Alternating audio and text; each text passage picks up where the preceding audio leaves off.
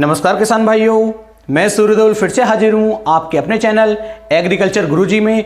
किसान भाइयों, आज हम बात करेंगे जब बरसात हो रही हो, मानसून चल रहा हो और बरसात के मौसम के अंदर ऐसे कौन कौन से खाद हैं जिनका उपयोग हम गन्ने की फसल के अंदर कर सकते हैं। क्योंकि किसान भाइयों, सभी तरह के जो खाद हैं उन खादों का उपयोग हम अपनी गन्ने की फसल के अंदर नहीं कर सकते। तो कुछ ही खाद ऐसे होते हैं जिन खादों का उपयोग करके हम अपने गन्ने की फसल की बढ़वार प्राप्त कर सकते हैं, उसे हरा भरा कर सकते हैं और उसके गन्ना जो है हमारा, उसकी मोटाई को बढ़ा सकते हैं। क्योंकि किसान भाई, ज्यादातर जो खाद होते हैं जैसे ही आप उन्हें डालते हैं और बरसात मान लीजिए ऊपर से हो जाती है तो वो सारे खाद जो हैं घुल करके नीचे चले जाते हैं, हमारी फसलों को ज्यादातर नहीं मिल पाते हैं। क्योंकि किसान भाइयों, लगभग मैं आपको बता दूं कि बरसात के मौसम के अंदर 25 से लेकर 30% खाद ही हमारी फसल को मिल पाता है और बाकी जो खाद होता है वो सारा खाद घुल करके जमीन में चला जाता है। तो बरसात के मौसम में आप हर तरह के खाद का उपयोग नहीं कर सकते, क्योंकि उससे सिर्फ और सिर्फ हमारा जो है पैसे का लॉस होगा और हमें ज्यादा फायदा उसका देखने को नहीं मिलता।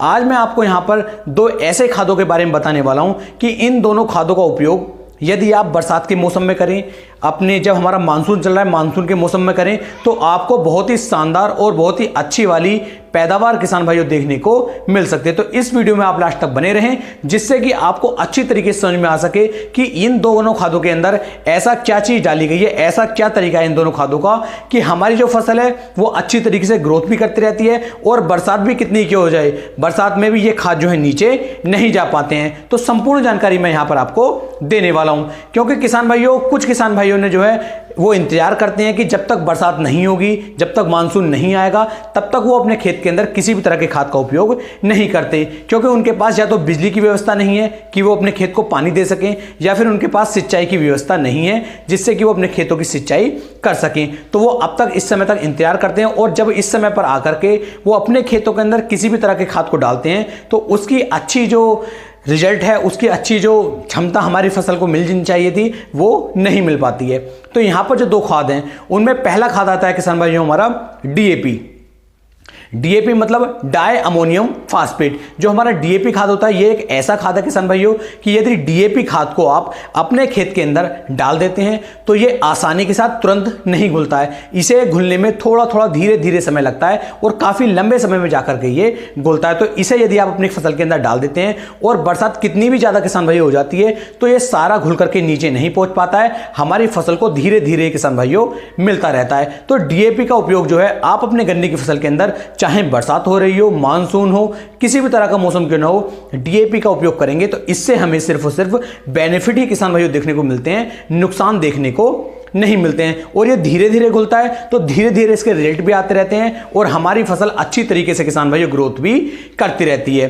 इसकी यदि मैं मात्रा की बात करूं तो जो भी किसान भाई इसे डालना चाहते हैं वो अपने खेत के अंदर इसकी जो मात्रा है वो 50 से लेके 60 किलोग्राम प्रति एकड़ के हिसाब से डीएपी का उपयोग अपनी फसल के अंदर कर सकते हैं और बहुत ही शानदार और अच्छी पैदावार अपने गन्ने की फसल से निकाल सकते हैं। दूसरे खाद के बारे में यदि मैं बात करूं तो दूसरा खाद आ जाता है किसान भाइयों हमारा सागरिका।